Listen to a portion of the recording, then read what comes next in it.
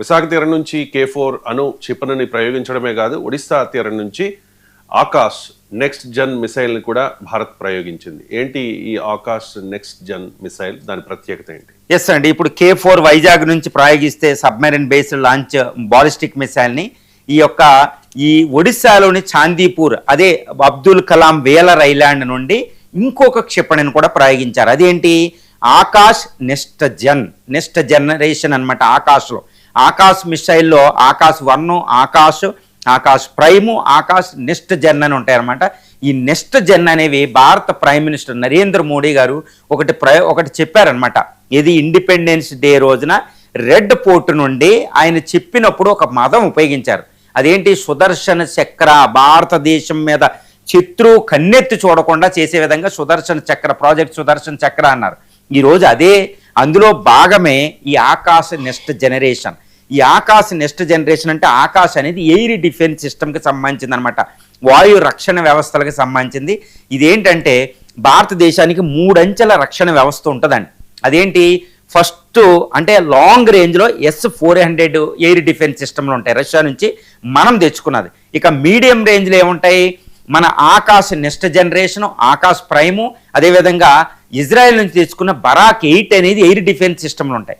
ఇక షార్ట్ రేంజ్లో ఏముంటాయంటే స్పైడర్ అని, భారతదేశం నుంచి ఎయిర్ డిఫెన్స్ గన్లు, ఇవన్నీ ఉంటాయి. ఈ 3 అంచెలు అంటే శత్రువు S-400 తప్పించుకుంటే ఆకాశ్ దగ్గర 80% తప్పించుకోలేడు. తర్వాత అది కూడా తప్పించుకుని ఇంకోటి వస్తే షార్ట్ గన్స్ ఉంటాయి.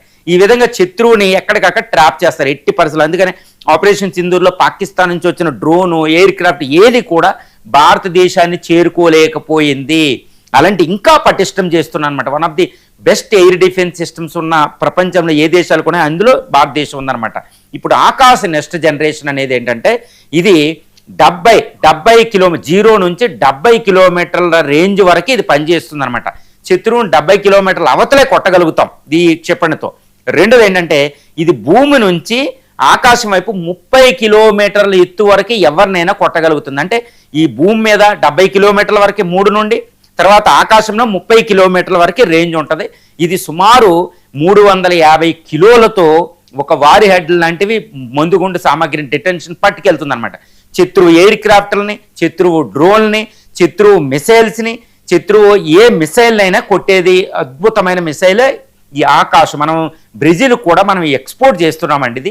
ఇదేంటంటే బరాక్ అని ఇజ్రాయెల్ నుంచి తెచ్చుకున్నవి, వాటిని మనం అంటే స్వదేశీ పరిజ్ఞానంతో తయారు చేసుకునే విధంగా ఆకాశ్ అనమాట. దీనికి బ్రహ్మోస్ లాగా దీనికి కూడా ఎక్స్పోర్టింగ్ ఆపర్చునిటీ చాలా ఎక్కువ ఉన్నాయి. ఈ ఆకాశ క్షిపణి అనేది ఎప్పుడు ప్రారంభించామంటే 1983లో ఇందిరాగాంధీ టైంలో, అప్పుడు అబ్దుల్ కలాం గారి అధ్యక్షతలో మనం integrated guided missile development programme అంటూ 5 క్షిపణులకి స్టార్ట్ చేసాం. అది 6వ క్షిపణి సూర్యావంది. ఈ 5లో ఆకాశ్, నాగ్, త్రిశూల్, పృథ్వీ, అగ్ని సిరీస్, తర్వాత ఇప్పుడు సూర్య, 6 క్షిపణులు. అంటే 1983లో మొదలుపెట్టిన ఈ ప్రయోగాలు ఇప్పుడు ప్రపంచంలో అమెరికా, రష్యా, చైనాలను దాటి, ఇజ్రాయెల్ దాటి అద్భుతమైన మిసైల్ని తయారు చేసే విధంగా భారతదేశం తయారు చేస్తుంది. ఇది ముఖ్యంగా ఏంటంటే DRDO, BDL, భారత్ ఎలక్ట్రానిక్స్ ఈ క్షిపణిని తయారు చేయడం జరిగింది. ఇదేంటంటే ఎయిర్ ఫోర్సు, నేవీ మొత్తం త్రివిధ దళాలకు, ఆర్మీ త్రివిధ దళాలకు వెళ్తుంది. ఇది T-72 ట్యాంక్ నుంచి కానీ, ట్రెట్రా ట్యాంక్ నుంచి కానీ దీన్ని ప్రయోగిస్తారన్నమాట. ప్రతి సెకండ్కి ఒక్కొక్క క్షిపణి పేలుస్తారన్నమాట. చాలా స్పష్టంగా ఉంటుంది. ఒకటి 20 సెకండ్లో 3-5 క్షిపణులు గాలిలోకి ఎగురుతాయి అనమాట. శత్రువు దీన్ని తప్పించుకోవడం అసంభవం, ఎందుకంటే ఇది మ్యాక్ 3 వరకు స్పీడ్ తోటి వెళ్తుందనమాట. అందువల్ల ఎయిర్ ఫోర్స్లో ఇప్పుడు ప్రపంచంలో ఉన్న అత్యున్నతమైన F-34లు కూడా మ్యాక్ 1.5, 1.8 ఉంటాయి. ఇది 3 స్పీడ్ తోటి వెళ్ళి శత్రువు యొక్క ఎయిర్ క్రాఫ్ట్ క్యారియర్ని, మిసైల్స్ను కూడా కొట్టేస్తండి. అంటే అంత పవర్ఫుల్ మిసైల్ని ఈరోజు భారత్ పరీక్షించింది. అది కూడా వేలర ఒడిశా నుంచి, అంటే చైనా షిప్పులు దాటించి కొట్టిందనమాట. ఈ ఆకాశ్ నెక్స్ట్ జనరేషన్ అనేది ఏది సుదర్శన చక్ర ప్రాజెక్టులో, INS కుషా ప్రాజెక్టులో ఒక అద్భుతమైన స్టెప్ అని మనం చెప్పుకోవచ్చు.